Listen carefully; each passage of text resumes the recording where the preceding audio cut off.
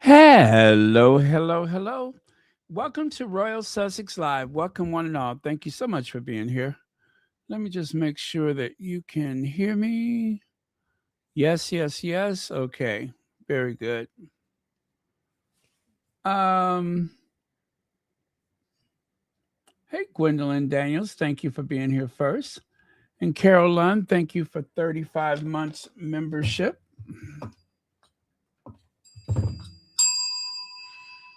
And hey, Connie Balmer, Angela M64. Um,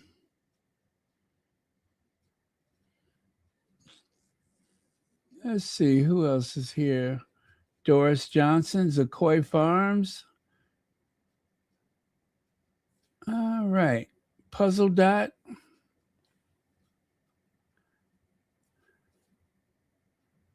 Okay, let's get on with it, shall we? Um, there are troubles ahead. Yes, I predict there are troubles ahead. Um, it would have been nice if they could have all been friends, starting with Harry and his dim-witted brother. But I guess it wasn't meant to be. Before we get into all of that, though, happy Lunar New Year from Prince Harry's Travelers, wishing a happy and prosperous year of, oh, it should be of, right? Um, oh, yeah, yeah, of the horse to our partners and colleagues across the travel and tourism sector and all who are celebrating around the world. Travelist. Yeah, so it is the Lunar New. Is it Lunar New Year? Is that what they call it? Yeah, the Lunar New Year. This is according to the Chinese calendar. This is the year of the horse. Last year was the year of the snake. This is the year of the horse, which, according to Chinese astrology, I was born in the year of the snake. I don't know whether that's a good thing or not. A snake, the serpent. Okay, so um, George Hughes Global, yeah, George Hughes had the pleasure of meeting Meghan and Prince Harry yesterday. Beyond the titles, just genuinely kind, grounded people. Grace and in person hits different. Wow, Grace in person hits different. I like that. Yeah, so that's really nice. The only thing is, I don't know who this guy is. Who is that? Should I know who he is or no? I mean, I don't know him. I mean, I feel like I should know who he is, but I don't. And far be it from me to look him up. But yeah, who is he? Does anybody know? George Hughes? George Hughes.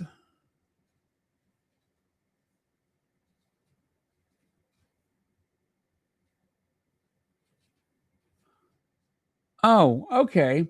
He is an artist, an illustrator, I think. I think that's the same person.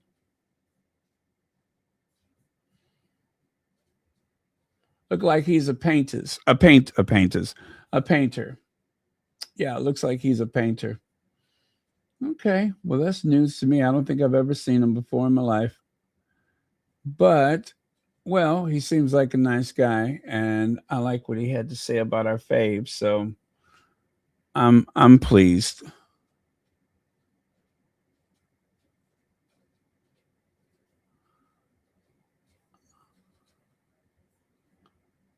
Oh yes, I'm looking at his Instagram right now.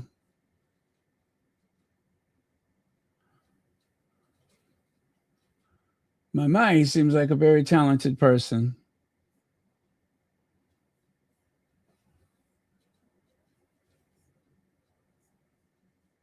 Genuinely nice people. Of course they are. You know what? I think I will follow him now.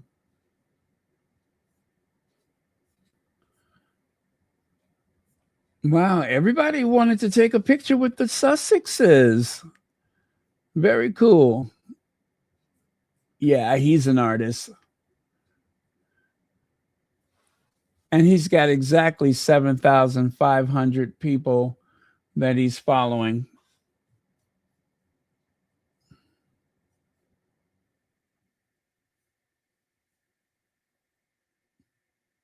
Okay, there we go. Now we know who he is. Hey, Church Nelly. Church Nelly, these new hours are really working out for you, aren't they?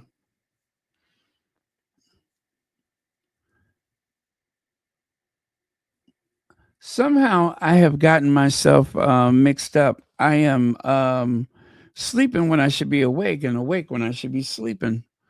I don't know how to fix that. These are some great photos of the Sussexes from the other day. The one on the right is actually, well, I'll show you in just a minute. But yeah, there's more photos coming out of just some moments with them at the NBA game. I'm not sure what this moment represents, but it's kind of like, whoa. And yeah, these are great photos. And of course, the Derangers, some of those loveless Derangers, the ones who have no one in their lives, some of them who are quite lonely. And let me put it to you like this, they probably haven't had their bell rung in a while. Oh, Meghan is so clingy. She's so clingy. Um, Harry is extremely happy. Extremely happy. Meghan is happy. And that's all that matters. How they are with each other is nobody's business, right? Nobody's business. They have been very loving and tactile from day one, and they remain that way all these years later, and they are still um, very satisfied in each other's company, pleased with each other's company. I mean, if you have to be trapped on a desert island with someone, would you want to be Will and Kate in that situation? Or would you want to be Harry and Meghan? That's all I'm saying.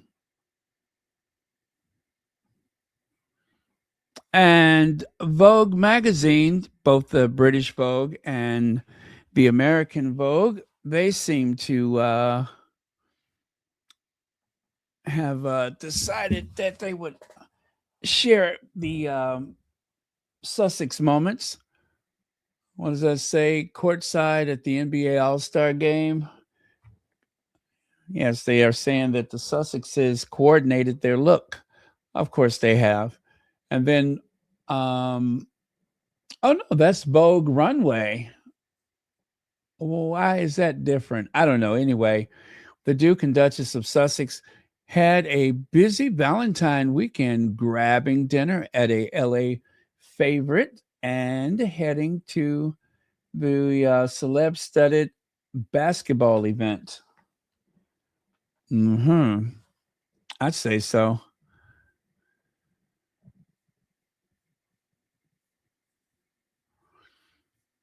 You'd love to be trapped with Nacho, huh?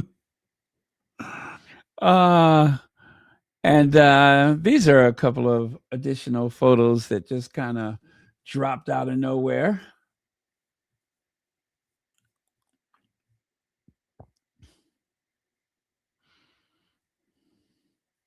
Now, the photo on the left side there, remember I said that was kind of like an official photo? Well, for the NBA, Meghan and Harry courtside for the 2026 NBA All-Star Game in LA. And on the right side, New York basketball.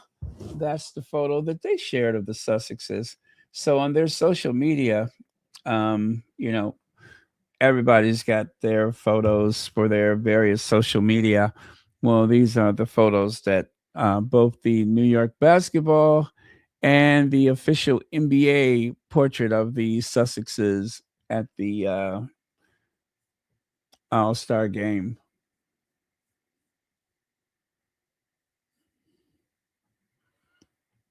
And of course, you have a queen, a princess, and a prince.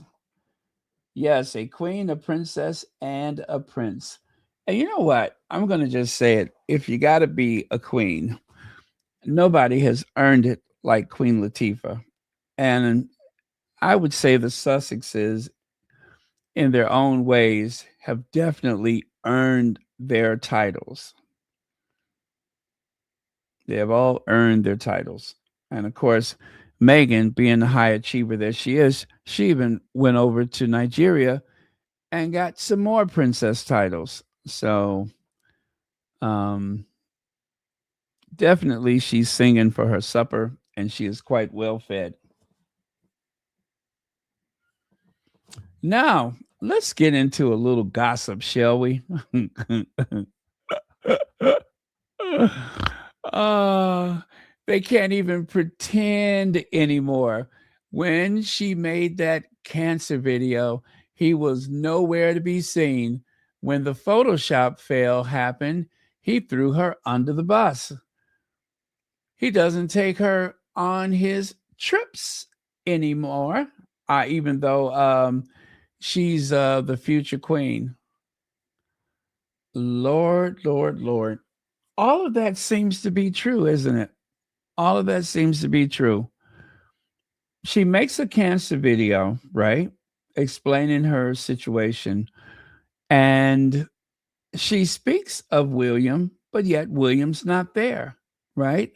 Then we find out that Pippa helped to write her, you know, cancer video speech. The one that I would say looks like AI.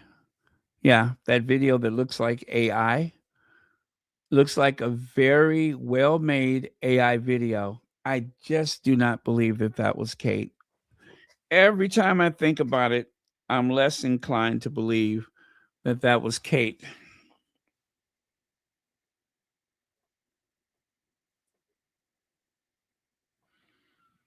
I just don't believe it.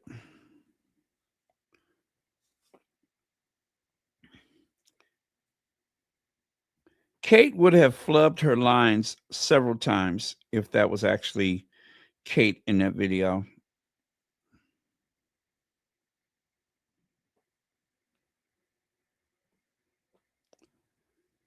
And it did not appear as though she was reading from a teleprompter. There's no way she would have memorized all that stuff. So I am inclined to believe that that just simply was not Kate. It could not have been.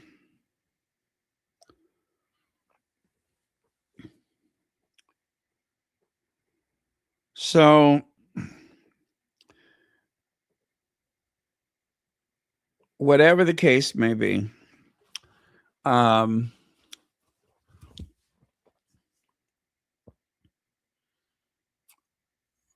they are just not close any longer. William made certain moves in 2023. They were writing articles, no doubt at the request of William's people, almost speaking of him as though he was a single father, a single dad. Deliberately omitting Kate um,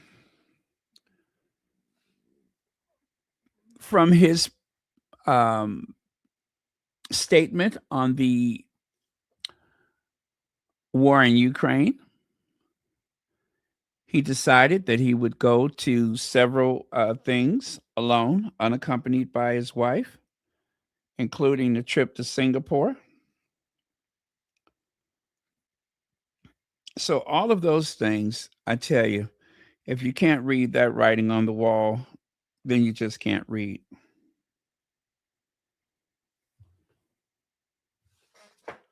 So,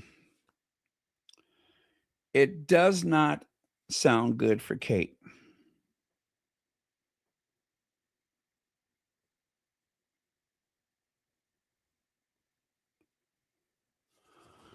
All right, then. So, let's continue here.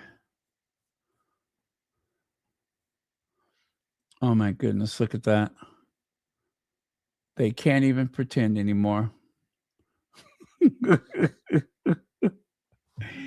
Didn't I see something like that in that movie, The War of the Roses? Do you remember when he was eating his food? Did you ever see that movie, The War of the Roses? And the way she was glaring at him?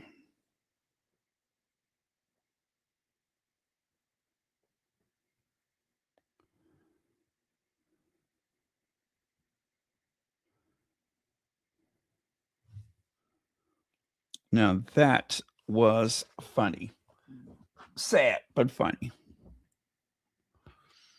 Now, let's go to Feminagra, who always seems to have a handle on these things. William and Kate's book focuses on toxic Sussex exit, while the Wellses' royal Epstein links go unaddressed. So there's a book out by what's that guy's name? Russell Myers is serializing this book. The book was written with a hand from Kensington Palace, from Wills and Kate's. Essentially, it is their book. I do believe it is like their answer to Spare. Talk about reheating stale nachos. No offense, Church Nelly. But talk about reheating stale nachos. The captains of the Save a Royal from Scrutiny Brigade have arrived ready to serve Meghan Sussex as the scapegoat. Once again, for the public consumption, Russell Myers has a new book to sell, a biography about Prince William and Kate Middleton. Yet the excerpts meant to polish their image instead paint the couple as strikingly hostile toward their biracial in law. In turn, the backlash has revived online speculation about past remarks concerning baby Archie's skin tone. I do believe this is a quote from Russell Myers. The Princess of Wales had less interest in Prince William and then, I'm sorry, well, let me do that again. The Princess of Wales had less interest than Prince William in trying to stop the Duke and Duchess of Sussex from walking away from royal life, believing Prince Harry quitting his role was inevitable. In the third part of our exclusive serialization of the new tell all biography, it is revealed how Kate later believed the Sussexes were not to be trusted. In the wake of their controversial Oprah Winfrey interview following Harry and Meghan's wedding, she and William felt the Sussexes had an agenda with their behavior more than just being difficult. The Daily Mirror excerpt from the serialization of Russell Myers' biography, William and Catherine, the intimate inside story. Now, listen, you guys, I promise you, I do believe this book was written with the Welleses.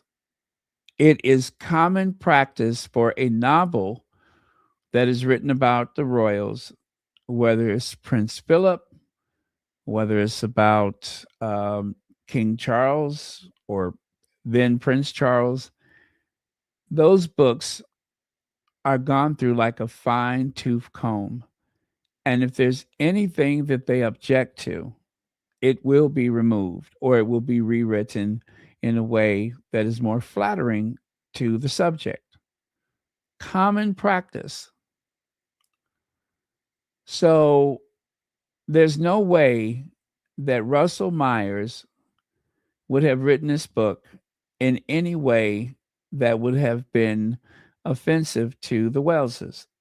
And I am going to say, in addition to that, I want to say that I am more than certain Russell Myers has had a heaping hand from the Welleses to put this book together so that way it can somewhat give you a reimagined version of Spare.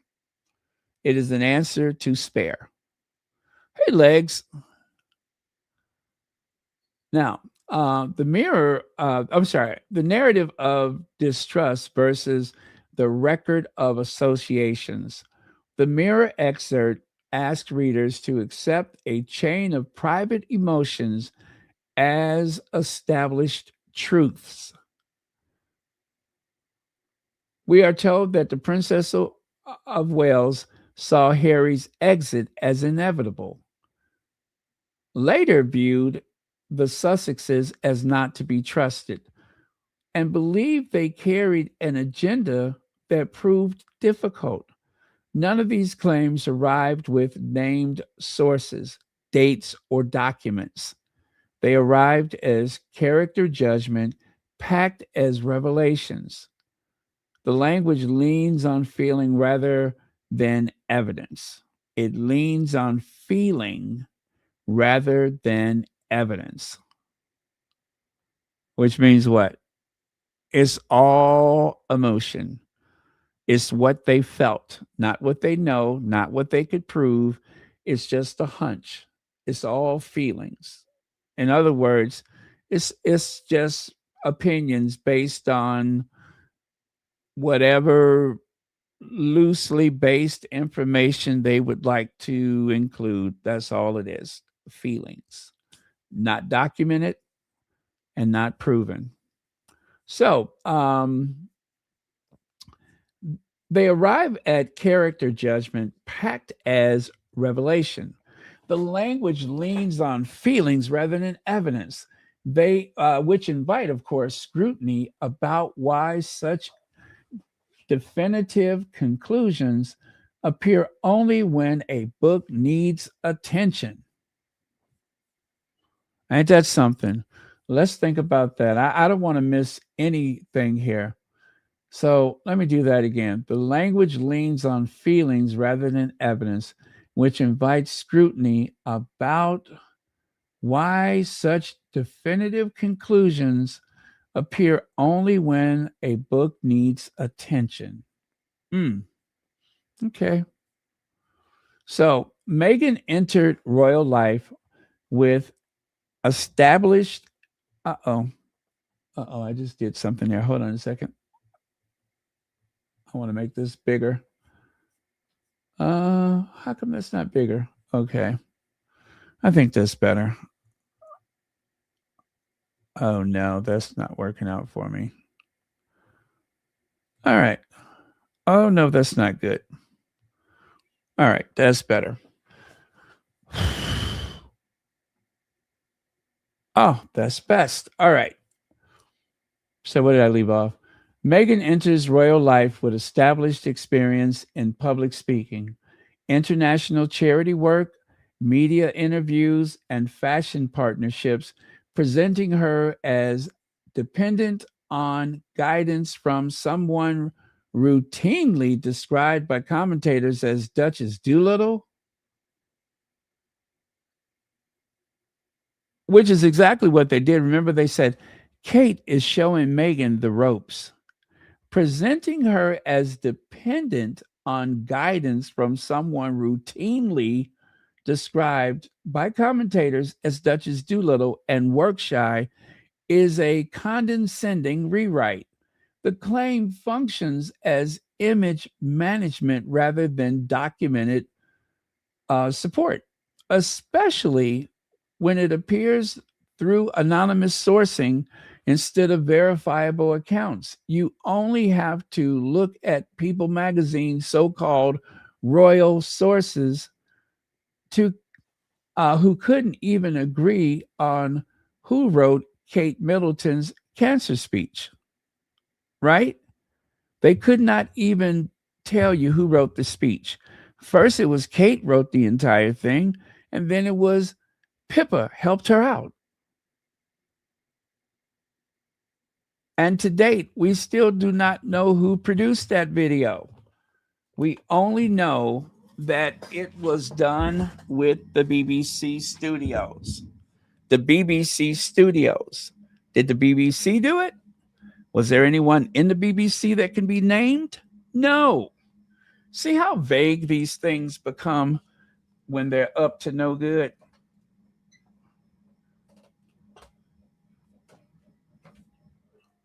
Things become very vague when they're up to no good. Then comes the claim of exhausting demands. Remember that? Exhausting demands. Because Kate was so tired. So then comes the claims of exhausting demands on staff. The accusation runs straight into the public conversation about royal work hours and visible engagements. Lower yearly engagement numbers for the Welleses often pass with little noise, while emails or diary habits linked to the Sussexes get picked apart for days. The double standard stands out. One couple's activity gets branded excessive, while the future king and queen lighter schedule gets framed as sensible. You know, the British public is paying them 30 million pounds a year. Okay. I believe that comes out to about 440,000 pounds. Is that a week or a month?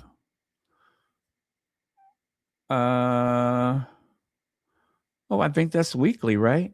Anyway, um, perhaps Meghan would have done much better with Princess Anne's household, whose staff have no complaints, which has allowed Anne to already complete 31 engagements this year, despite Kate and Princess of Wales, Kate the Princess of Wales, completing fewer than 10 royal engagements so far. This book claims that staff working for Meghan felt overwhelmed.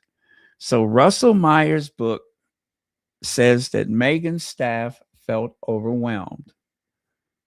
Okay. The story Meghan asked them to fix. What stands out is that Prince Harry already wrote about this moment in Spare. He described the private meeting where Kate admitted the press stories saying Meghan made her cry were not true.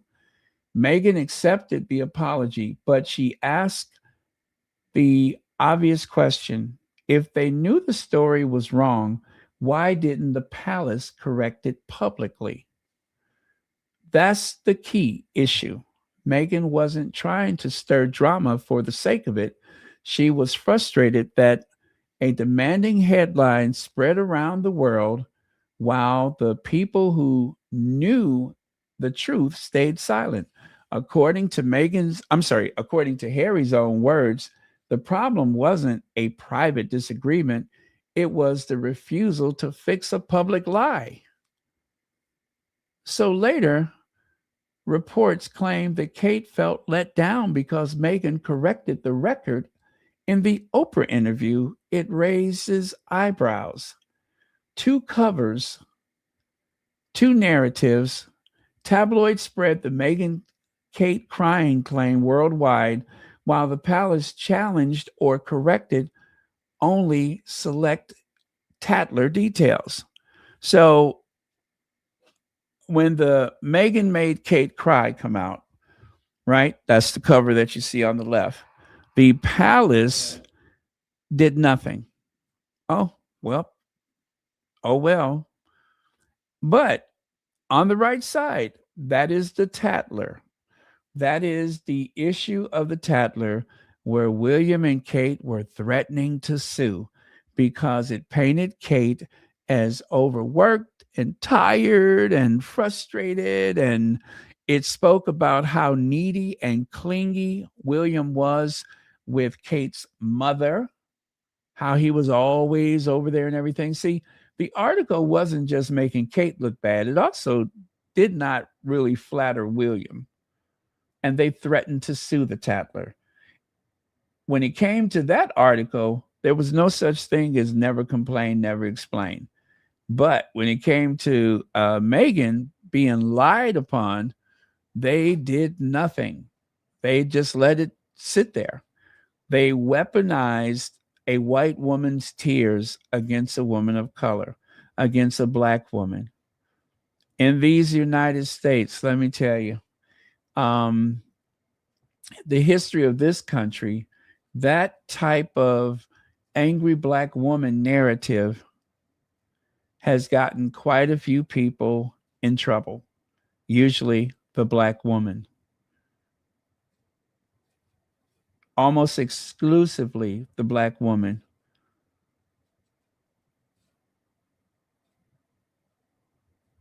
So when something like that happens, where you have Kate um, portrayed as this angelic figure who does no wrong, right? When most people who know the difference knows that Kate is the mean girl. She's always been the mean girl. The press celebrates her being the mean girl, that she's putting this person in their place and putting that person in their place. And most famously, that she is going to be there as some type of, um, I guess, barrier to keep Meghan in her place. This is a narrative that the press has come up with.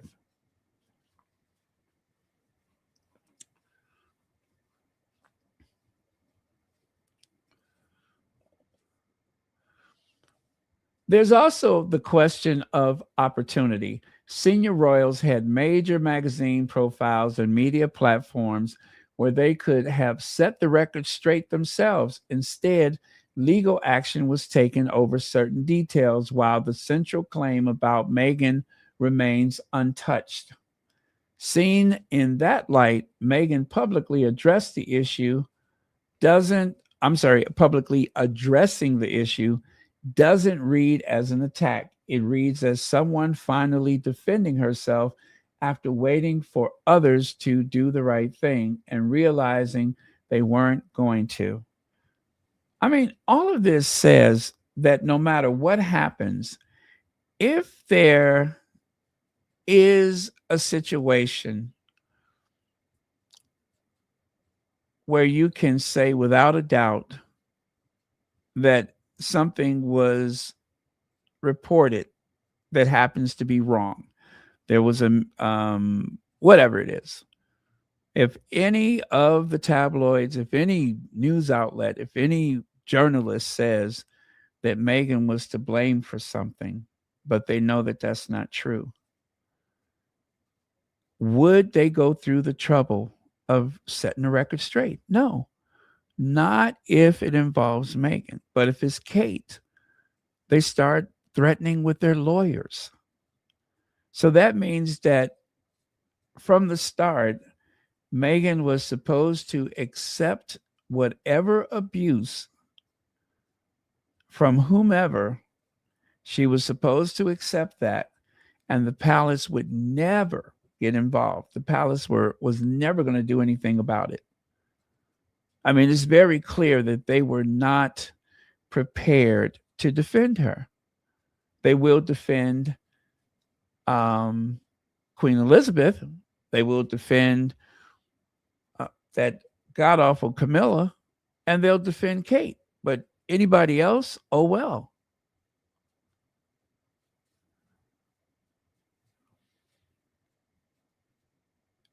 And I guess they're going to carry that into the future. I guess 100 years from now, it'll be the same thing.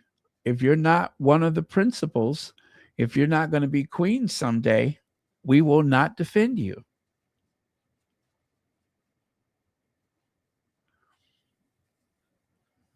That's not a good system.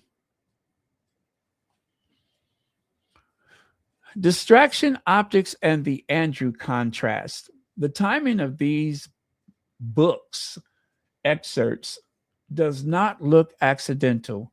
Each time Prince Andrew's past or his Epstein association drifts back into public conversation, a fresh round of negative Sussex headlines suddenly takes center stage. The pattern feels deliberate. Harry and Meghan become the lightning rod while the more uncomfortable subject fades into the background. Instead of transparency, the public perceives, that is, receives recycled character critiques wrapped as new revelations.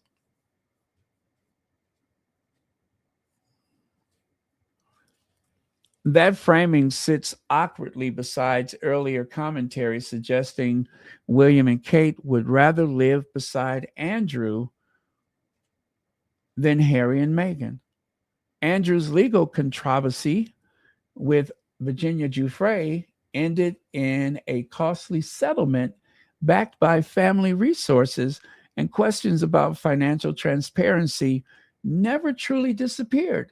Against that reality, branding the Sussexes as uniquely untrustworthy sounds like selective outrage.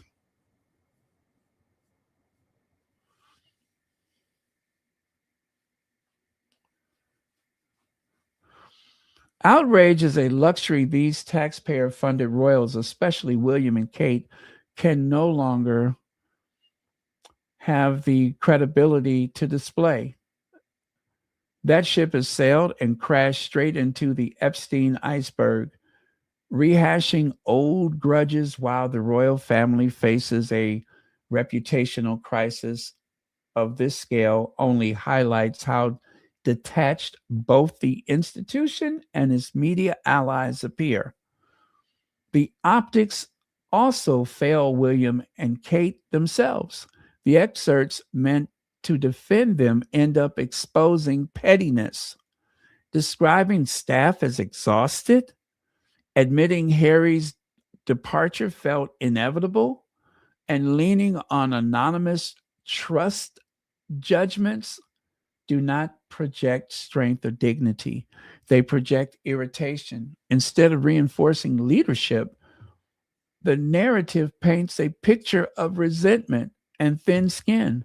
The results backfire. The attempt to control the story ends up widening it rather than restoring polish to the Wells's image. The strategy highlights contrast, raises fresh doubts, and drags Andrew's shadow right back into view. The royal reporters are attempting to revive old grievances while institution faces one of the most damaging reputational crises in decades. Recycling Sussex storylines does not restore credibility. It signals avoidance. The bullying allegations against Meghan have circulated for years without any way to substantiate it. Yet they reinforce, or that is, resurface with familiar regularity whenever pressure builds elsewhere. Words like abrasive and toxic read like a long running smear protected by an establishment quick to shield itself.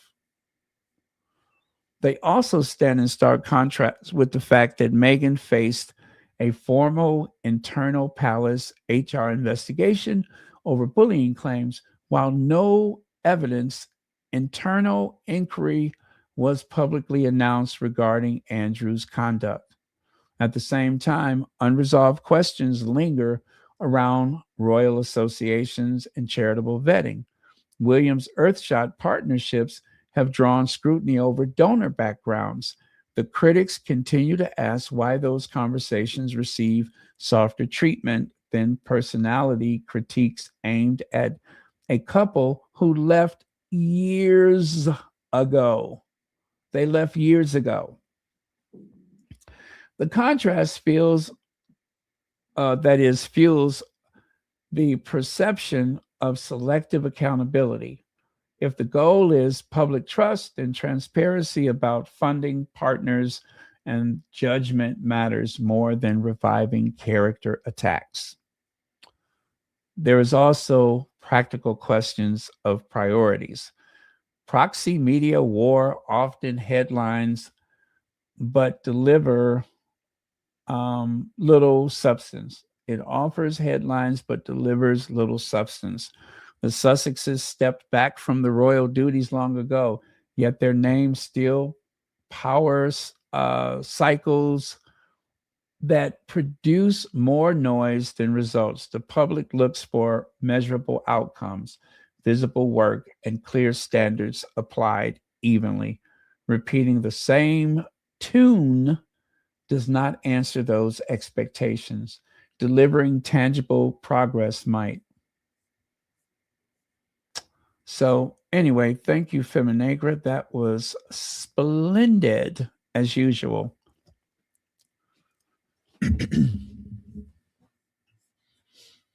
All right. So, when Kate knew Brothers Bond was over, royal exclusive. So, just to remind you, this is a book from Russell Myers, right? You remember Russell Myers. And this book obviously has been written with a hand from Will and Kate. It has been approved of by Will and Kate. It is an opportunity to push back at the most successful nonfiction book ever, the best-selling nonfiction book ever, Spare. Harry's book outsold everything else. Within a period of time, the book was the best-selling. Actually, it was a bestseller before it even went on sale, right? So all of this noise from Russell Myers is going to make very little difference.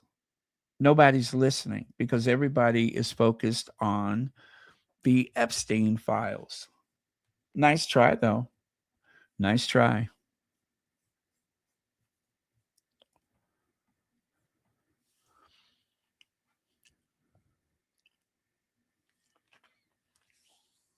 When Kate knew the brothers' bond was over, they make it seem like Kate is intuitive. And by the way, that's Russell Myers. I don't trust anybody that has one ear. Why should I listen to him? He's only got one ear. If he has one ear, clearly he only hears about half of what's going on, right? Right. So you can't trust a man with one ear.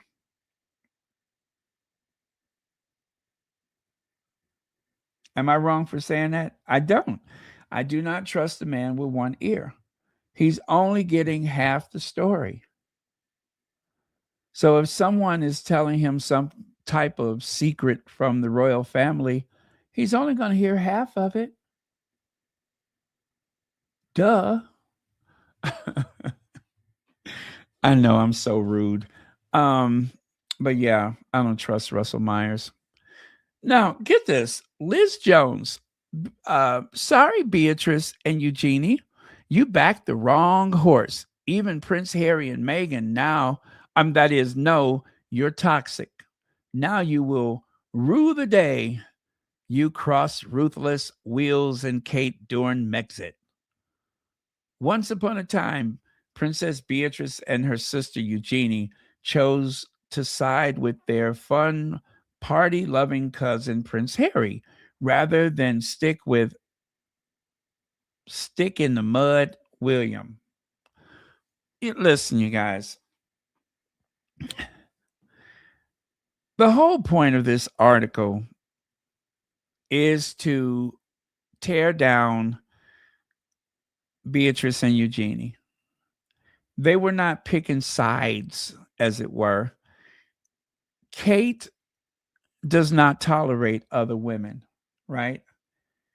Kate did not care for Beatrice and Eugenie, and the feeling was flipping mutual. So there was no closeness. You won't find where Kate has gone and, let's say, go shopping or hung out with Beatrice and Eugenie. That was never going to happen. Kate does not tolerate other women. So there's no way that they were going to be close to William as long as Kate is in the picture. And that's just the case it is. Um, I don't know how their relationship was with William before that. And trust and believe, William was anything but a stick in the mud. William partied harder than anybody else around, but there was a policy, and there still is that policy, that the principals are not allowed to fail. In other words, there will be no negative reporting about William. They are not going to disclose the true nature of William's good old days. That is come and gone. Whatever you didn't hear in the past, you'll never hear it again. Not from the Royal Rota. So the pretense that William was just a stick in the mud and he was so serious and dutiful and he just could not be bothered with a good time, so they hung out with Harry, that's a lie. That is a lie. When William went on that ski holiday, as opposed to going to the um, Commonwealth Day back in 2017, was it? What did he do? He left his wife in the hotel. He left his kids in the hotel, and he went off to go partying with that blonde model that they wrote about. Does that sound like stick in the mud, William? I don't think so.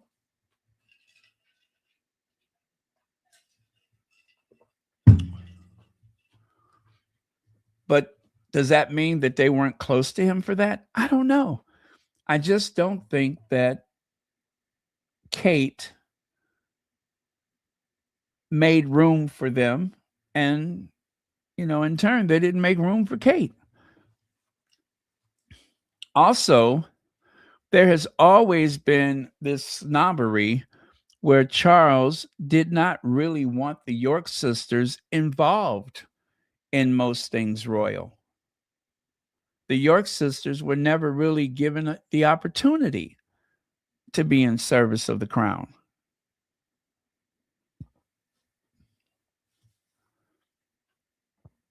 So there's only those formal occasions where you would even see them with the rest of the family. And that was deliberate. So whatever they're saying here, that is a bunch of hogwash. Um,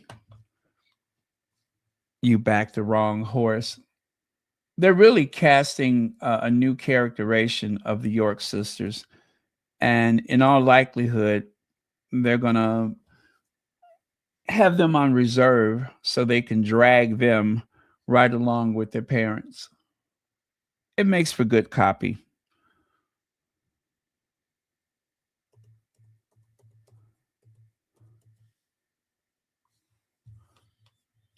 Let me see if I can find that picture. Talk about a picture says 1,000 words. Mm. Oh, I cannot find it.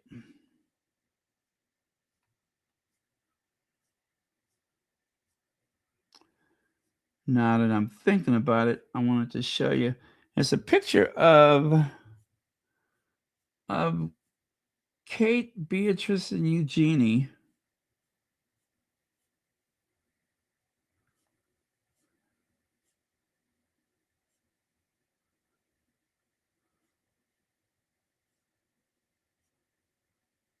Hmm. All right. I cannot find it, unfortunately. Let me see if I can find it under Eugenie.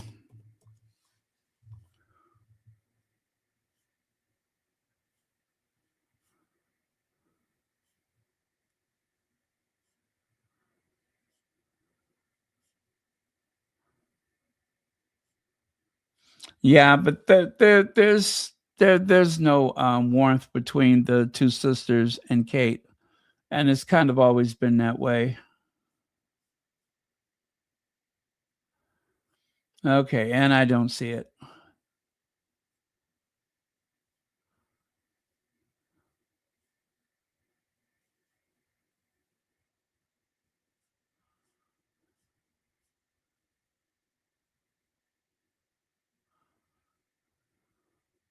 But I do have this. I will share this with you.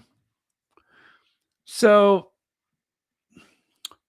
Prince William is hosting a Buckingham Palace garden party on behalf of the king this afternoon. And although there's little or no chance of them ever becoming official working royals, he invited his cousins, Beatrice and Eugenie, Peter Phillips, Zara Tindall, and Mike Tindall. So they did not want to be there, of course. And I do believe this is while Kate was away on business or whatever she was doing for 172 days. And you can see how thrilled they are to have been invited to stand in the rain.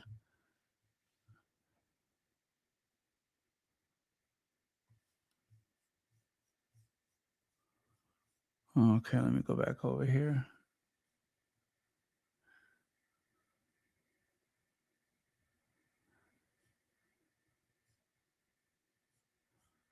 All right. So now take a look at this.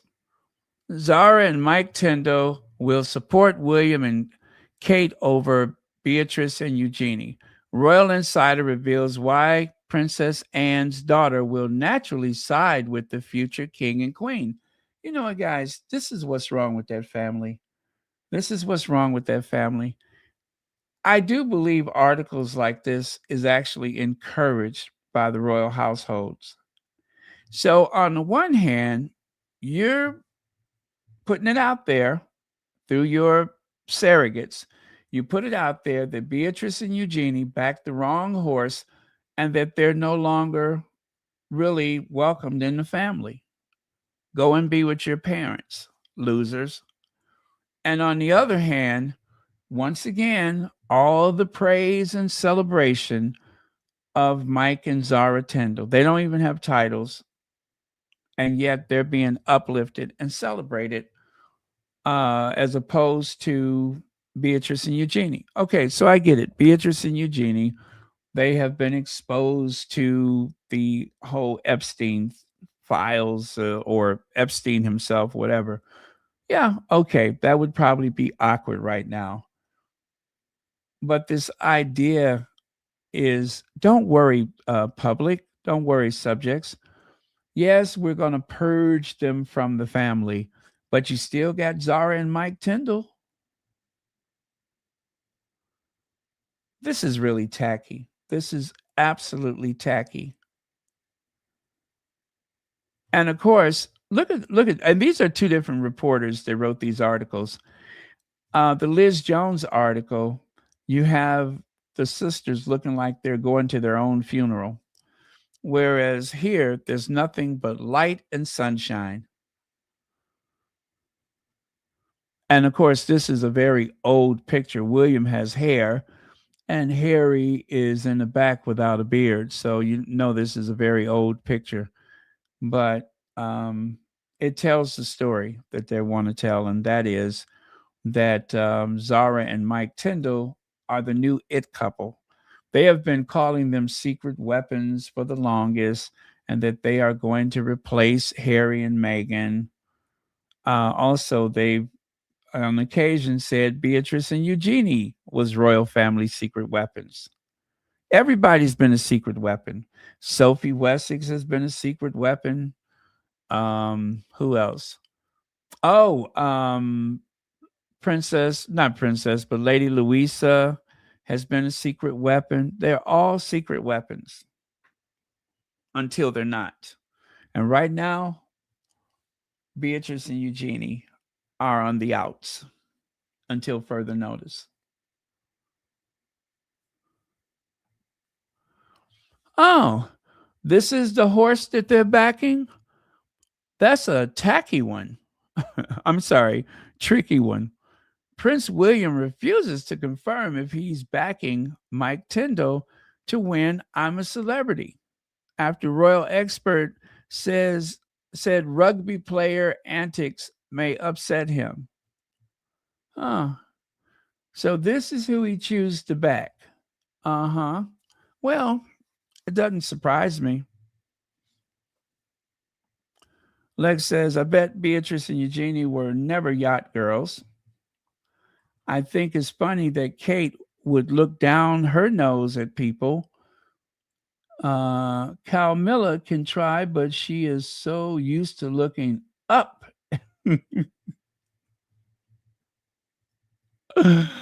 Oh, at individuals from the bushes. Exactly.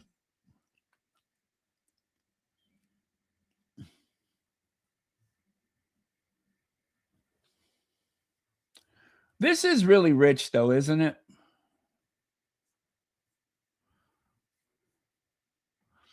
And of course, we know that there is a certain level of familiarity and fondness when it comes to Mike Tyndall. I mean, the last time I embraced a man, I don't recall him digging his nails in my back. I don't recall myself digging my nails in anybody's back. But yet, there's the future king scratching and clawing and um, pulling him in closer while secret weapon Zara Phillips Tyndall looks on adoringly. Yeah, just a typical happy family, I guess.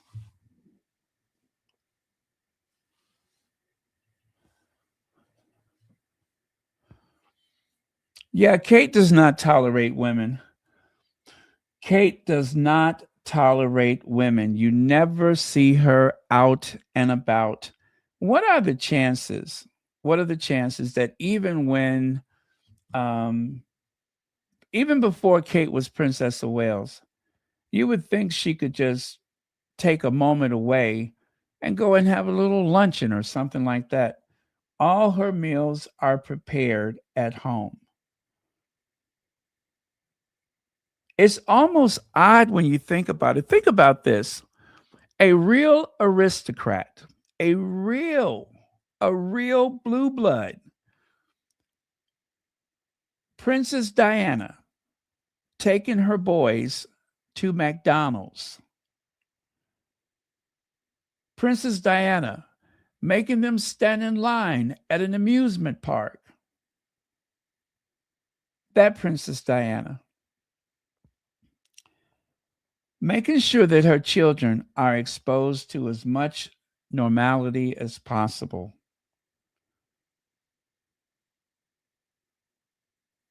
I don't think William or Kate does that.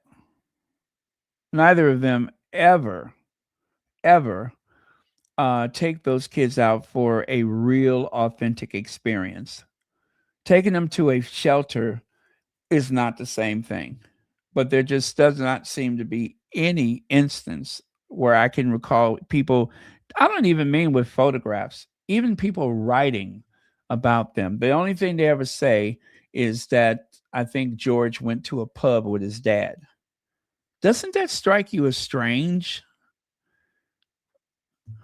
By time William and Harry were the age of George, correct me if I'm wrong, but weren't they going on like different outings and experiences and such like real kids do? Am I wrong about that? At least by George's age. What is George, like 13 now? Shouldn't they have gone to like a something? an amusement park, just a regular restaurant. And maybe, okay, listen, I'm going to be fair. Maybe those kids do go to things like that and it's just not made public. Maybe they will go someplace after school with their friends or something. Maybe. It's just interesting that you never hear that written about.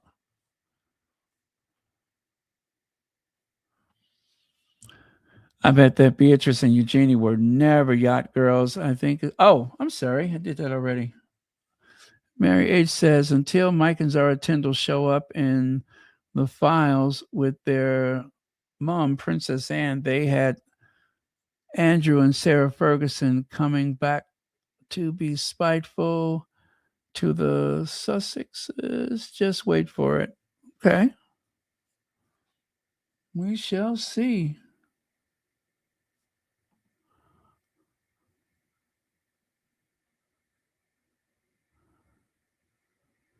Yeah, the book is not, you would think that the book is going to celebrate Will and Kate and celebrate all of their achievements.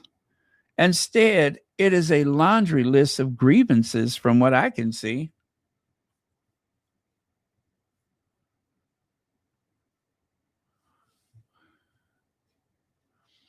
Oh, look at there.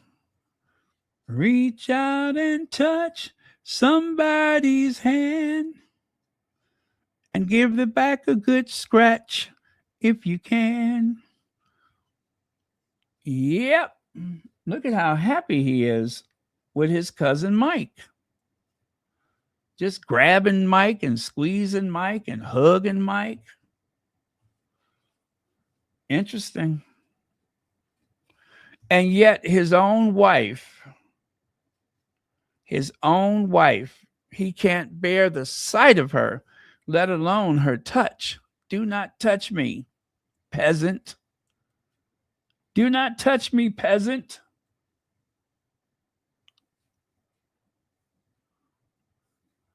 Take those air hostess hands off of me, peasant.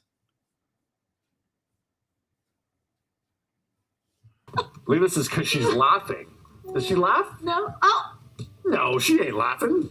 No, She's trying to talk and he's trying to touch her. No. Oh, that is an awkward moment. So it's like, oh.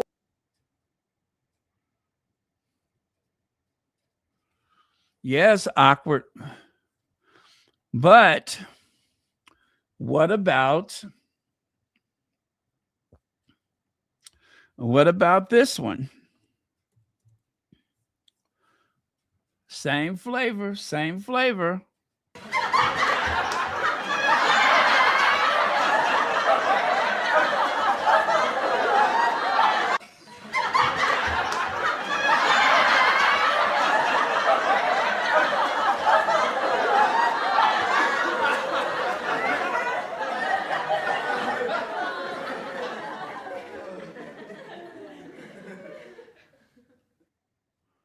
My. It's the truth that hurts. And then look at that. Look at how rigid William is over there. That's when he had hair. He was already starting to withdraw from her.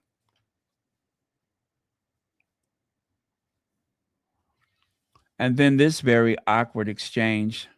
It kind of reminds me of that day when Charles tried to kiss Diana at the Polo, and Diana kind of made that very same face where she just seemed to deflect as much as she could without being too obvious. But they decided to say Prince William and a flirtatious Kate Middleton both acted like a young couple on the first date during a Windsor charity polo match today. Look at their faces. Does that look like a young couple on a first date? Does that look like a young couple on a first date? You know why they're saying that? They did this because of Harry and Meghan's polo appearance. That's why they did that. They were trying to give that same type of I guess, mood to the afternoon as though they're this young couple in love. BS. And they know that that's not true. But they try it. They'll write it. And then it's up to you to either believe it or not believe it. I don't believe it. I don't.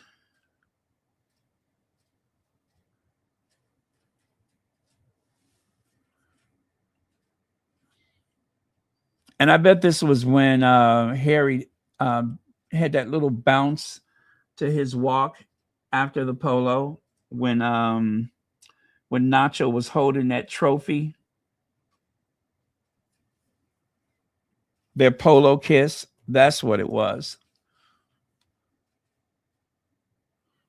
Let me see.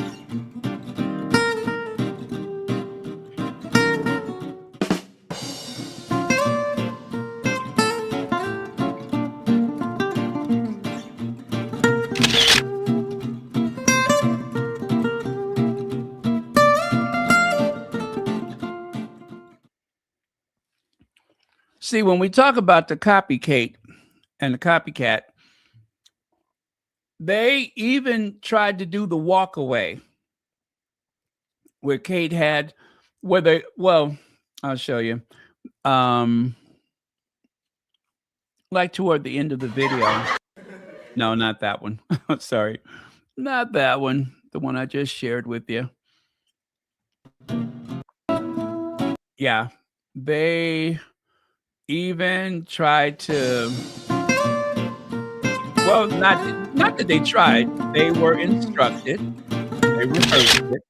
That they even have a scene just like that. Will and Kate, they're people. I promise you, they studied this afternoon and they wanted to make sure that they had a good kiss, if you want to call that a good kiss, and they wanted to walk away.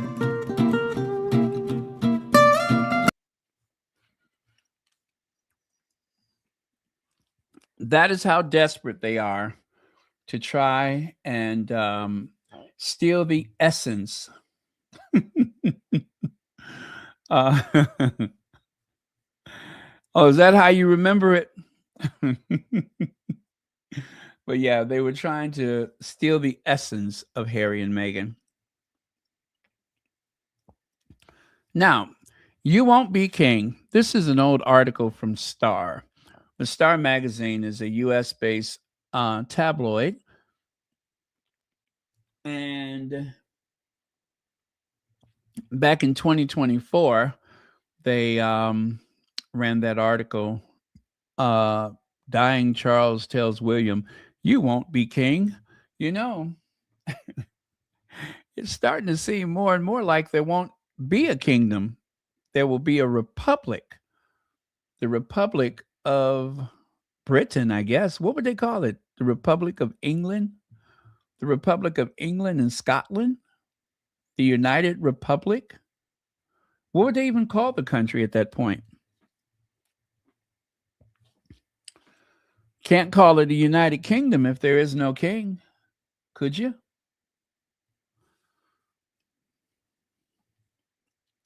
So Williams, by the way, you guys, at this point, this is going to lean heavily into the conversation we were having the other day about whether or not Charles and William are close. William spends father and son time together in Balmoral for a third year in a row. Now, you know what? I'm starting to regret this. I did not see who wrote that article. But we now know that that's a lie, that is not true. We do know at this point that is not true.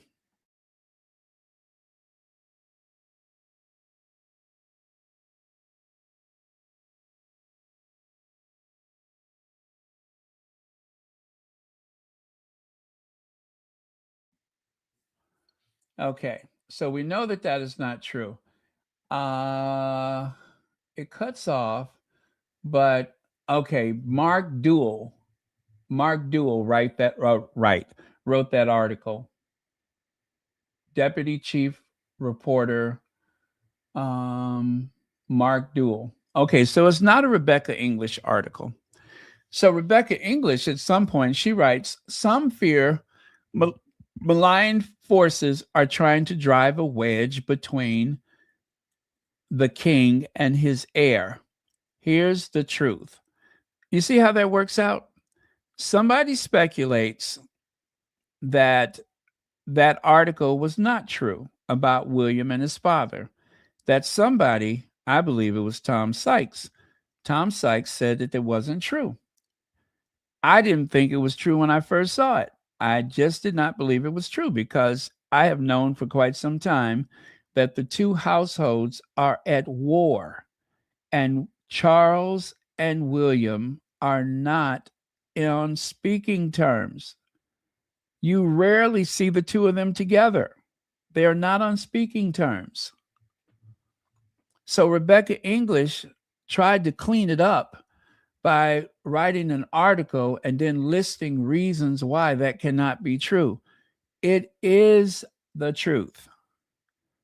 And why? King Charles reportedly feels betrayed after William's bombshell interview. Trust is shattered, it says. The trust is shattered. Even before that, when William went to South Africa, he said, royal with a small r, I'm going to do things differently from my father. He sits down with that Levy guy. What's his name? Eugene Levy. I'm going to be different from my father. I can't wait to be king. I'm going to be so different. I'm going to do things right. I'm going to blah, blah, blah, blah, blah. William has been doing this for far too long. His father has cancer, and yet his son, and this is, listen, if you are a royal rota and you want to help save that institution, tell Junior to shut up, to stop talking and stop writing quotes about what he's going to do next. That is a problem. That is so disrespectful to his father. You just don't do that. Could you imagine? Just imagine you, John Q. Public or Susan Q. Public, going on and on and on to anybody who will listen what you're going to do with your mom's house when she's gone and you get a chance to take it over, or what you're going to do with the family business. A family business that's been around for 1,000 years, and all you can think about is what you're going to do differently. That is slapping his father in the face. I don't recall Charles ever saying things in such strong language against his mother. He was very good at pretending how important her presence was. So there's no reason to believe that William went to Balmoral for a third year to spend time with his father. It did not happen. Just like when they were saying that William had taken over a lot of Charles' duty, right? That William has taken over duty for Charles. That's not true. But where did that come from? It comes from Kensington Palace. It almost seems as though William has been trying to coerce his father out of his position. I even said that before the Queen died. I felt as though that they were trying to set up a circumstance where they would have Charles pass on the throne, that he would abdicate, that he would retire. I really do believe that. A lot of the reporting before, and Charles ignored that. Before the Queen died, most of that was ignored, but the language was strong at that time. All of those articles, Ready to Rule, Queen Kate, very disrespectful. And yet they just kept doing it. And now that Charles is ill with cancer, instead of toning it down, they have turned it up.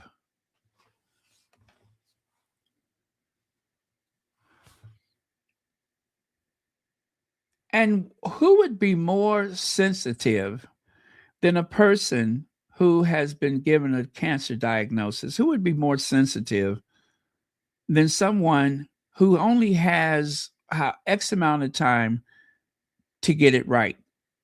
And instead of relying on your own flesh and blood, your son, to help you cement your legacy, all your son could think about is, well, when Papa is gone, I'm going to do X, Y, Z.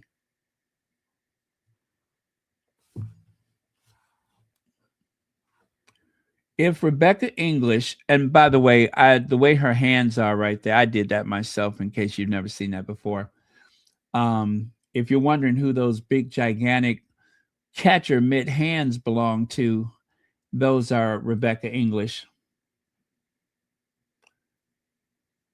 But yeah, it is a rotten thing to do to your father. And instead of criticizing him, it seems as though they are praising him. And it's the wrong thing to do.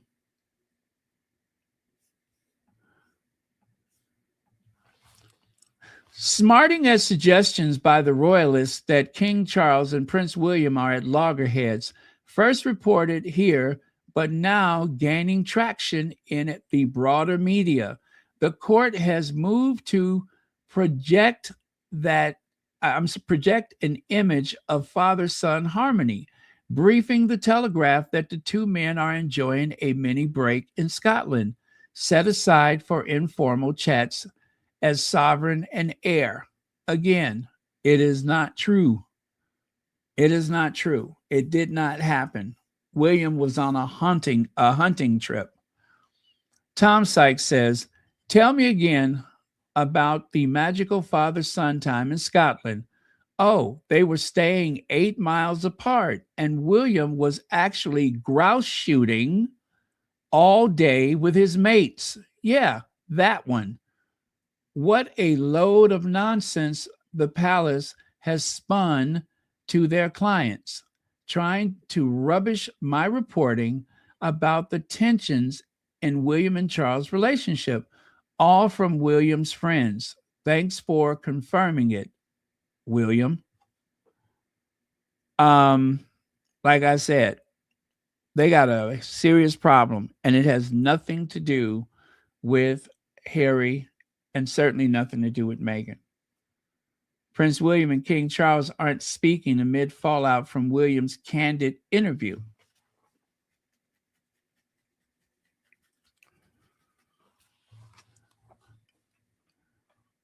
And this has been going on for a while. It's been going on much longer than that interview.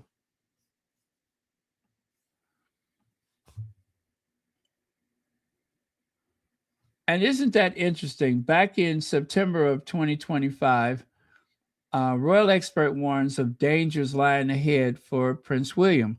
Now, that is a monumental understatement because I'm sure at the time, most people didn't know anything about this whole Epstein connection, that William seemed to be very close to someone that was buddy with Epstein, that he has accepted money from a very shady person associated with Epstein.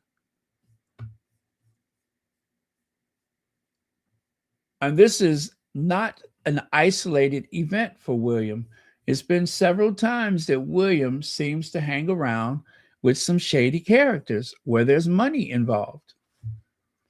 When Prince William and Duchess Meghan, I'm sorry, what am I saying? When Prince Harry and Duchess Meghan sat down with Oprah Winfrey in 2021, much of the world focused on the bombshell about racism, neglect, and relentless press harassment. But one detail quietly cut through: Harry, thankful and happy to escape the gilded cage, but worried his father and brother remained trapped within the monarchy invisible contract with the press. The invisible contract, an arrangement between the royal family and the press, where the institution's survival depends on feeding the media stories in exchange for good press, often at the expense of family members. For years, William fed the press what it craved: Harry and Meghan's slander served on a silver platter. Every cruel leak was raw meat tossed to keep the beast fat and distracted. Lazy William, gone. Affair rumors, buried. Work-shy heir, forgotten. Why? Because the Sussexes were on the menu. Ironically, it was Harry's refusal to play the game, his refusal to care what the tabloids thought, that ultimately freed him. By walking away, he proved life outside the monarchy could be productive, independent, and even liberating. That's what that small print says. And again, that is where a lot of the hostility comes from. William was relying on the abuse of the Sussexes by the press. He was relying on that to keep him safe. Right now, he's not so safe. It's been incremental stories here and there about the amount of homes that the Welleses have, right? every now and again, they would kind of call William out. But we'll see what's going to happen coming down the road here with all of these Epstein stories coming out. If there's anybody else that was associated with Epstein that is associated with William. And the thing is, people tried to warn him back in 2022. Warn him that he was playing around with some heavy hitters. And he just walked into it anyway, eyes wide open.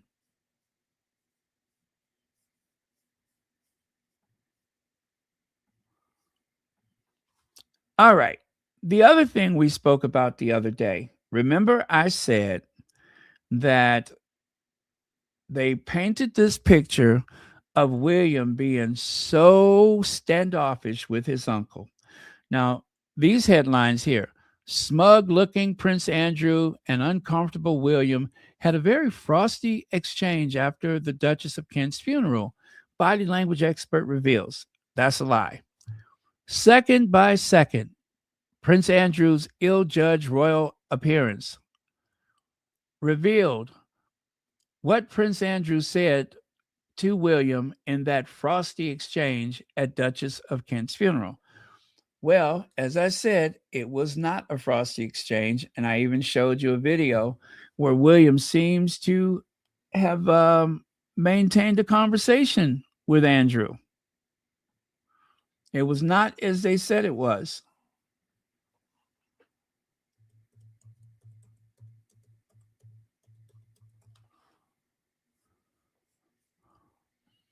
Let me see. I'm going to try to share this with you.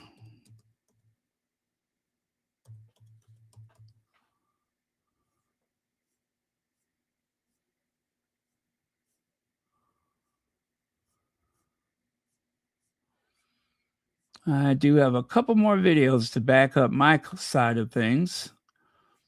Let me see. Where the heck is that? Is that it?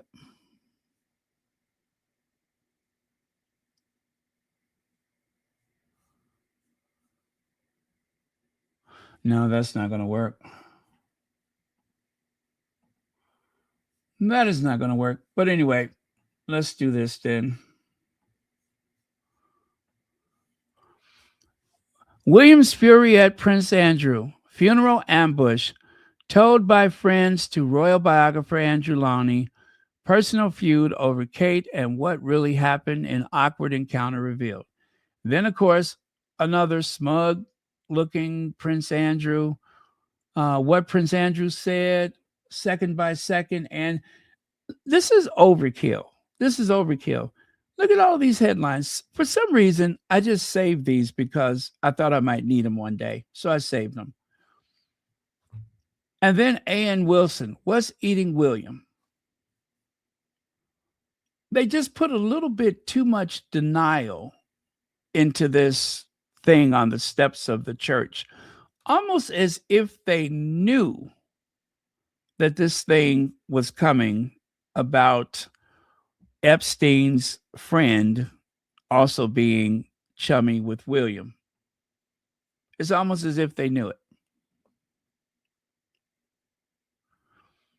And then here, this is what's eating him. He had a rotten 18 months. Many have remarked he appeared unusually somber, and not just when standing next to Prince Andrew.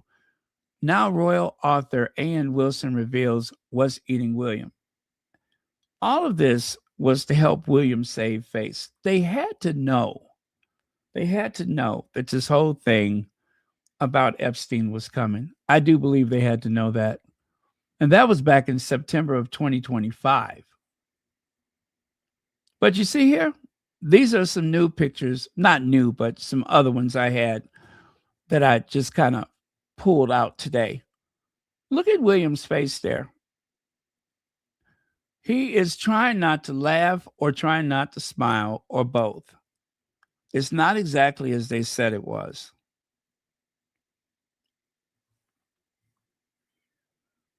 You see there? Later, Andrew could be seen laughing as William awkwardly stood next to him outside the Abbey. And then, of course, Kate, she realized that she hadn't done her big public curtsy to Charles. This is probably the second time she's did a curtsy that day, but this time she wanted to make sure it was on camera. So she's sitting there looking and looking, and William probably reminded her, "Oh yeah, yeah, yeah, yeah." So then she goes in to do the little kiss on the cheeks and the curtsy and all that kind of stuff. So predictable.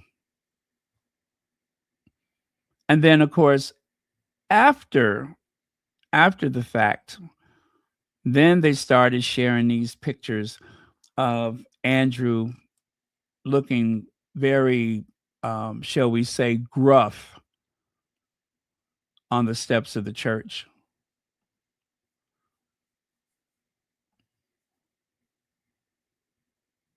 Okay. Let me see if I can find that. I'm actually looking for the videos I shared with you yesterday. I don't remember what it was labeled. Oh, I think this is it. Well, anyway, here's one.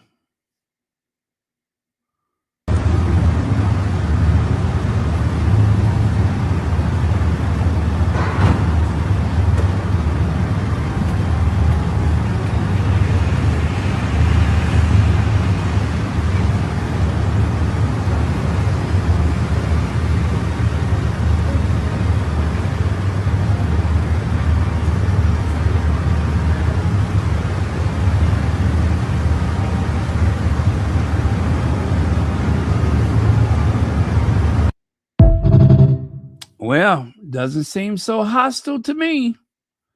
Happened during the service. We can see William and Catherine just standing there at the front of the mourners was. And then something changes. Then all of a sudden, it seems like Kate gives William the signal to try to get away from Andrew because the cameras are watching. I wouldn't be surprised if even now that there's some kind of private, cordial relationship between the Yorks and the Waleses. I would not be surprised. I'm sure they put on a performance for the public, but I would not be surprised if away from the cameras, there was a whole nother story going on. Why do I get that feeling?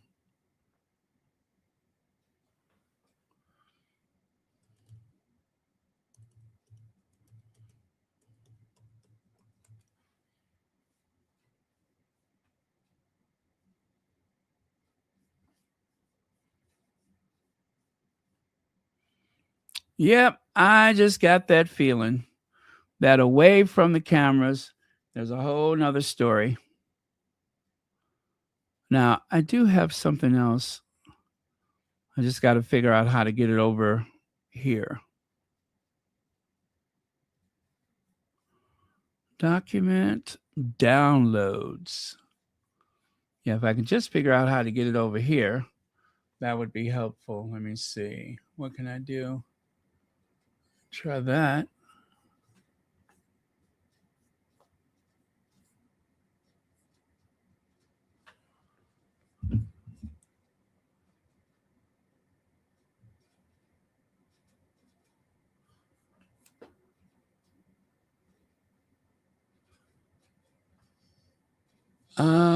Did that work? Okay. Oh, that works.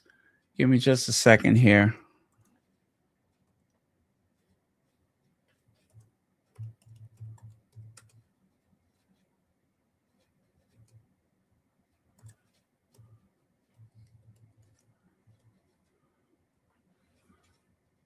Okay. One more. Let me see. I got one more here. Oh, is that the same thing? Yeah, that's the same.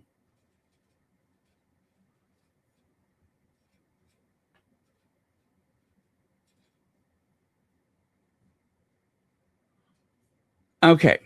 Let me share this with you.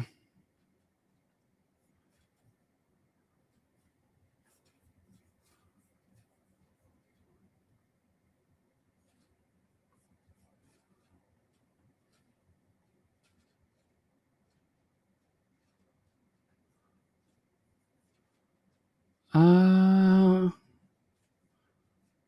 right, it's coming.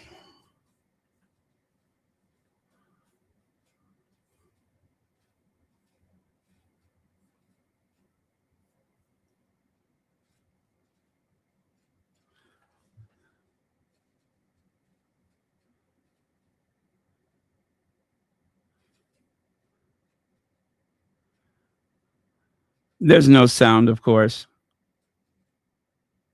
See him shaking his head? Did you notice him shake his head?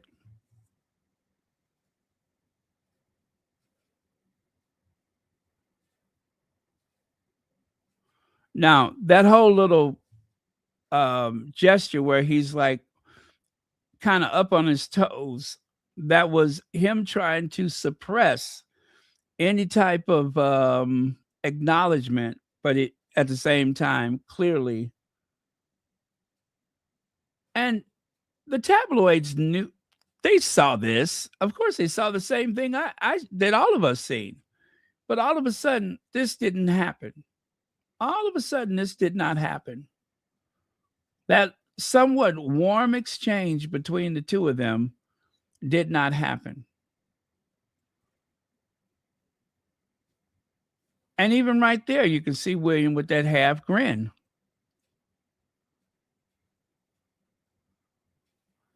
But instead, we got all of this. William was furious. William was awkward. William was angry.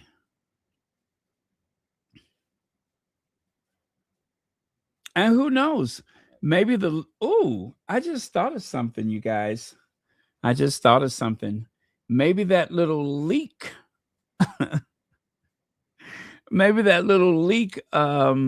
from the Epstein, well, not leak, but that thing from the Epstein files.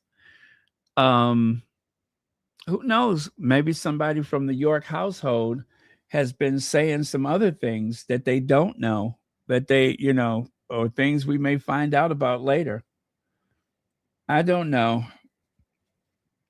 But at some point, it's all going to come out.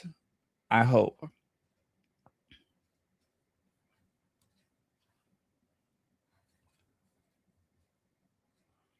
William and Kate are covering up Andrew's deeds. A very strong possibility. They can't help themselves. Let me see here.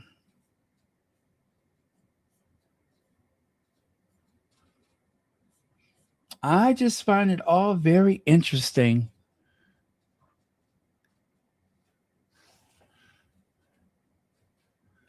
Let's see. Is this an admission of guilt?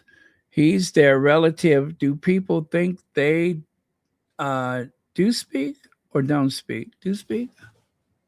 Or do you mean don't speak?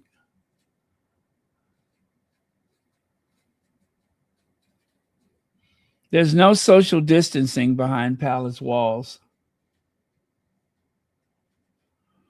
Now, the other thing, Prince William and Kate Middleton booed while attending Boston Celtics game.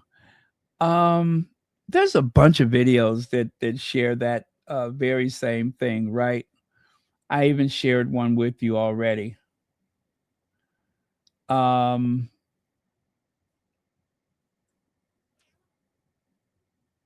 But yeah, it was very well known at the time that when they went to the Celtics game, they were booed. I thought it was the next one, but it's not. Oh, today they announced that Earthshot is going to Mumbai for 2026. A break for doing nothing. A break for doing nothing. A video someone else posted for a charity that by law should be independent of him. I love when Graham Smith trolls the royal family. Earthshot is giving away £5 million a year, not from William's pocket. An estimated £5 million is needed each year to tackle climate change. All fine, but the hype attached to this nonsense, to it is nonsense, particularly as the prize award promotes small projects over big change required.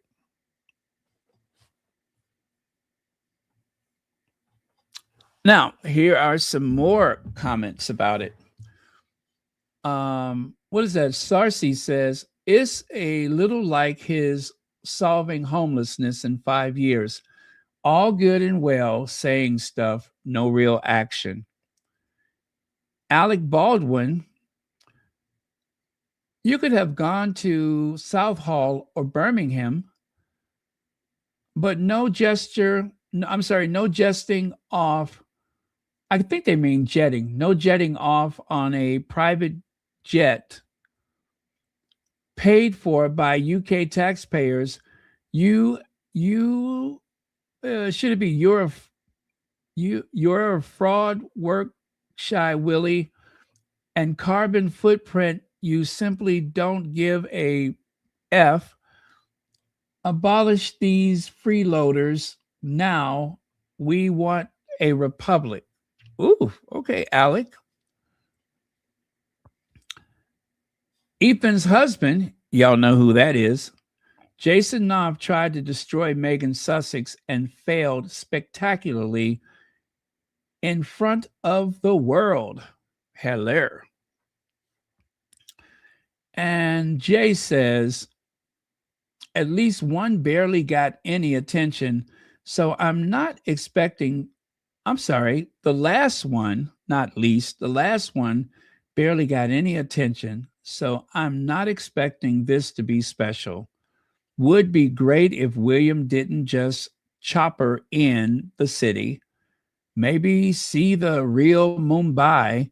Take a look around the slums if climate is really your agenda. Okay.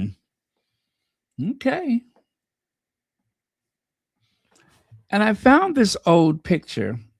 I believe this was the first time that Willie and Kitty went to, were they in, oh, you know what? I think this was Pakistan. You know what? I got it wrong. I think this was Pakistan, not Mumbai. I believe that one is Pakistan. Okay, they were at the neighbor's house. He looks ridiculous, doesn't he? He looks ridiculous. And what in the F is he doing with his legs? What is he doing with his legs? He looks like a cartoon character. Princess Kate felt deeply let down when Duchess Meghan exposed her lies to Oprah. So that is the book cover, William and Catherine, the intimate inside story. Why don't they call it Harry and Meghan, William and Catherine, the inside story? Because it seems like the book leans heavily on Harry and Meghan. So why not just call it Harry and Meghan, William and Catherine? Save yourself a lot of trouble. You wouldn't have to advertise as much. You wouldn't have to promote as often. At least people know what you're saying before you even say it. Let me see here. Oh yeah, that was you know what? I think I'll do that tomorrow. I'll share something with you from Celibici about this book, since I've already did the Feminagra.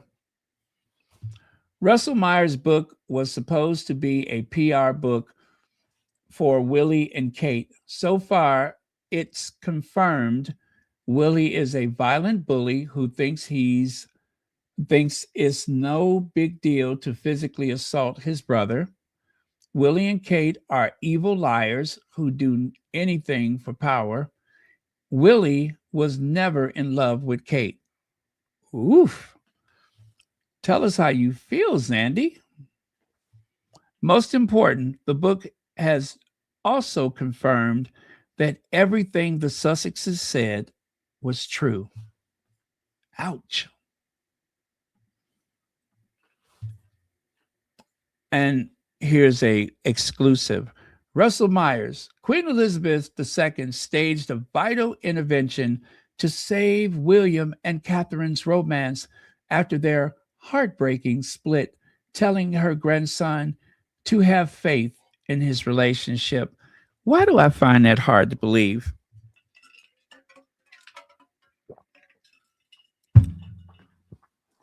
Why, oh, why do I find that hard to believe? I'm just asking. And the fourth and final extract from my new book, William and Catherine, The Intimate Inside Story, it can be revealed how the late Queen summoned William to a private meeting shortly after he announced in 2007 that he and Catherine had separated, urging him to follow his heart and marry the future queen. It can be further revealed how William called off his 4-year relationship with Catherine after she delivered him an ultimatum to commit to her future or she would be the one to walk away.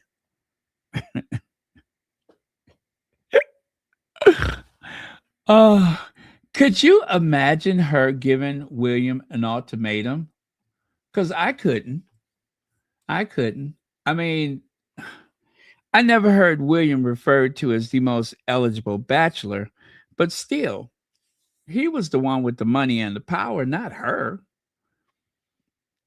Or did she realize that nobody else wanted him and she decided to do a little power play? Maybe that was it. But I'm struggling with that one. Should I believe it or should I not? Do I believe it or do I not? I say not. Maybe they're trying to make Kate look better so she don't look so needy and desperate. You know what I mean? Maybe they're trying to help Kate appear to be less needy and desperate as she was, waiting around for 10 years. For 10 years. How humiliating, how embarrassing. I would suppose the confrontation went a lot like this. You'll face the daily challenge of finding the balance between profitability and having a positive impact. Yeah, but what does that have to do with our relationship? Leaders, you'll face the daily challenge of finding the balance between profitability and having a positive impact. Oh, so if I don't ask you to marry me, I will have to find the potability between a positive. What is that? Wick whack? Available to pre-order now. Oh, you could pre-order that garbage if you want to. Zandy Sussex says, in his lame book, Russell Meyer confirms what we already knew. Oh, I think I said that already. That William was dragged kicking and screaming to the altar to marry Kate after repeatedly dumping and humiliating her. Willie finally married her when no one else would have him. Yes, that's the version I like. That is the version I like. One of the problems that Queen Elizabeth had with Kate was the fact that she was lazy. And the Queen told everybody who would listen, she's nice enough, but she's lazy. A forced marriage, you don't say, what gave it away? The constant grimaces or the pained look whenever he sees what he's gotten himself into? Woo! Oh, this is just messy. This is just messy. I am so embarrassed for her, though. This really is humiliating. No wonder Kate put on so many airs and graces, because otherwise, the poor girl has just been humiliated, embarrassed. All that bluster to hide and conceal her embarrassment that she had been looked over several times before he just had to give in and marry the only person who would have anything to do with him, the only person desperate enough to take him on. Queen's stinging view on Kate Middleton's life before she married William. The couple enjoyed numerous holidays together, and while the world was fascinated with their relationship and waiting for an engagement, it was reported that one person was not all too happy: the late Queen Elizabeth. Now, let me get to the part.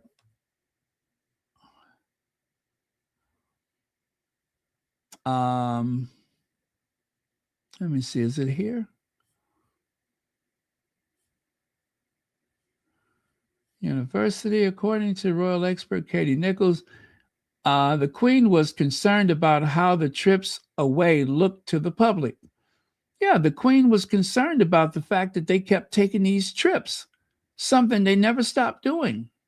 They don't do a lot of work, and yet they're always on flipping vacation or on holiday.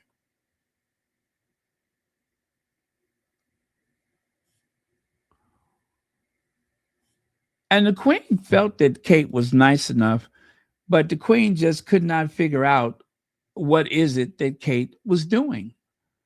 What is it does she do?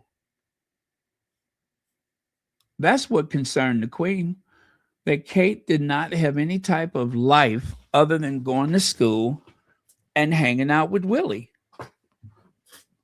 I just believe the Queen did not trust that Kate had a good work ethic.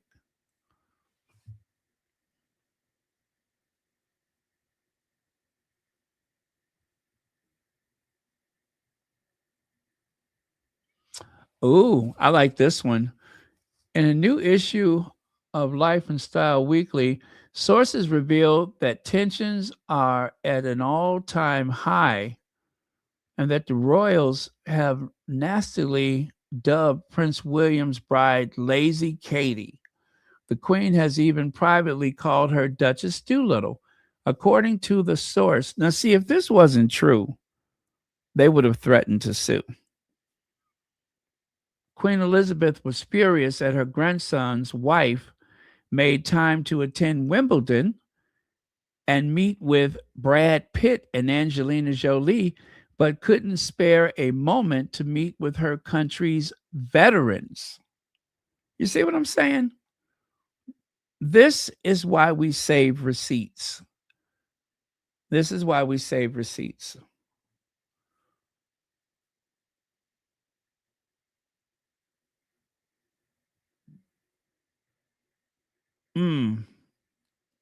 Well, they stuck with her now. Oh, yeah. Senior royal aide told the Mail the Queen has had conversations with a few trusted friends about how to tackle what is being called the Kate problem. On the few occasions that the Queen has met Kate, she has thought she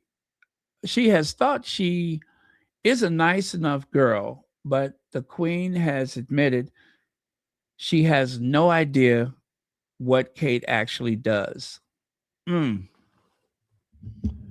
Well, I mean, I'm sure Kate explained it clearly. You'll face the daily challenge of finding the balance between profitability and having a positive impact. Leaders, you'll face the daily challenge of finding the balance between profitability and having a positive impact. Now, how much more clear did Queen Elizabeth want it? I mean, that was straight from the hip. She was shooting from the hip.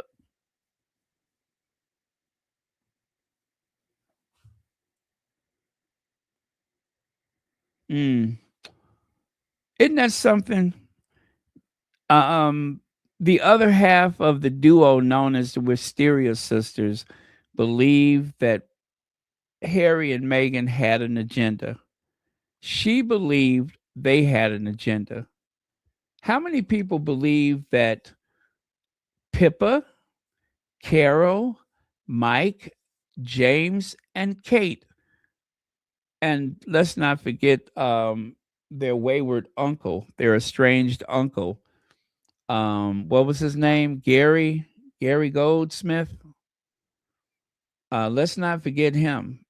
Let's not forget that they all had an agenda, and that was get Kate married into the royal family as fast as possible before they realized exactly what they were getting into. That was 10 years of propping up the Middletons and making them seem like they were a highly successful family.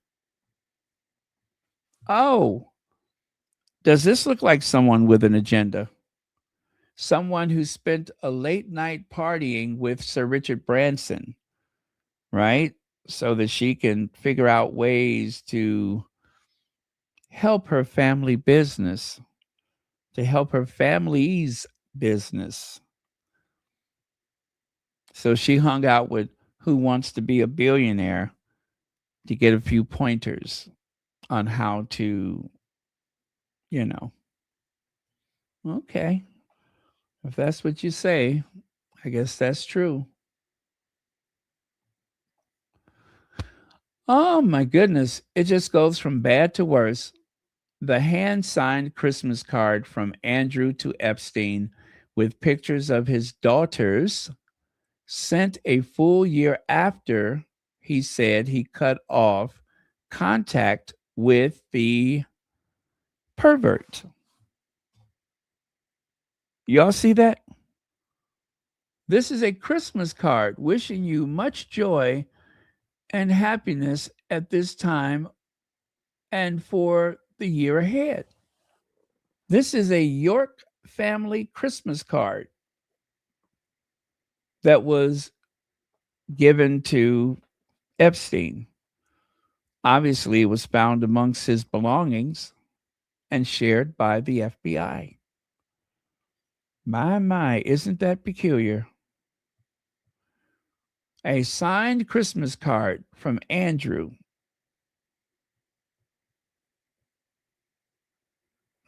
And this was after he broke off his friendship with Epstein.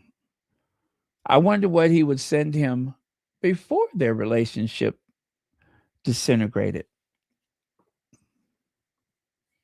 I don't even want to know what he would have sent him. Oh, is it if it isn't a fashion plate?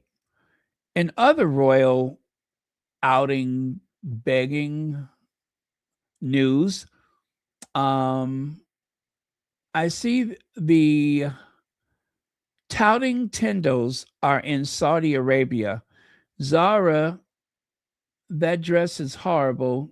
Give it back to your Aunt Sophie. That's from one of the squatties. Give it back to your Aunt Sophie. Now, anytime you say that a dress is a Sophie, is that code for ugly? Lord have mercy. Are you sure that's not from a 1940s costume department?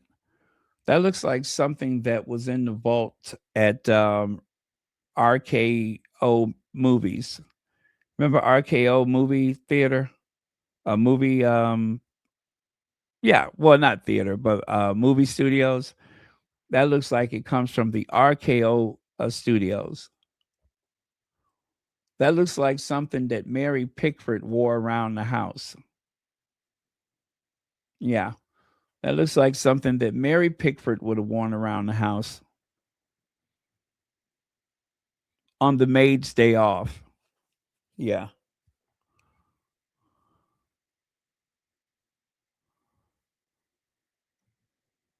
And guess what, you guys? I'm done. Exactly 2 hours, and I am done.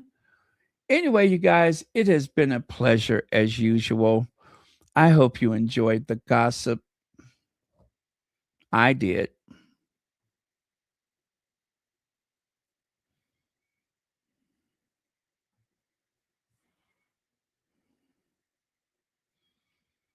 Uh huh.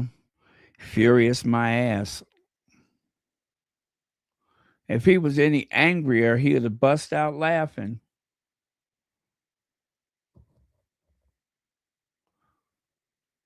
Oh, well. Anyway, thanks, guys. Love you. I'll see you all next time.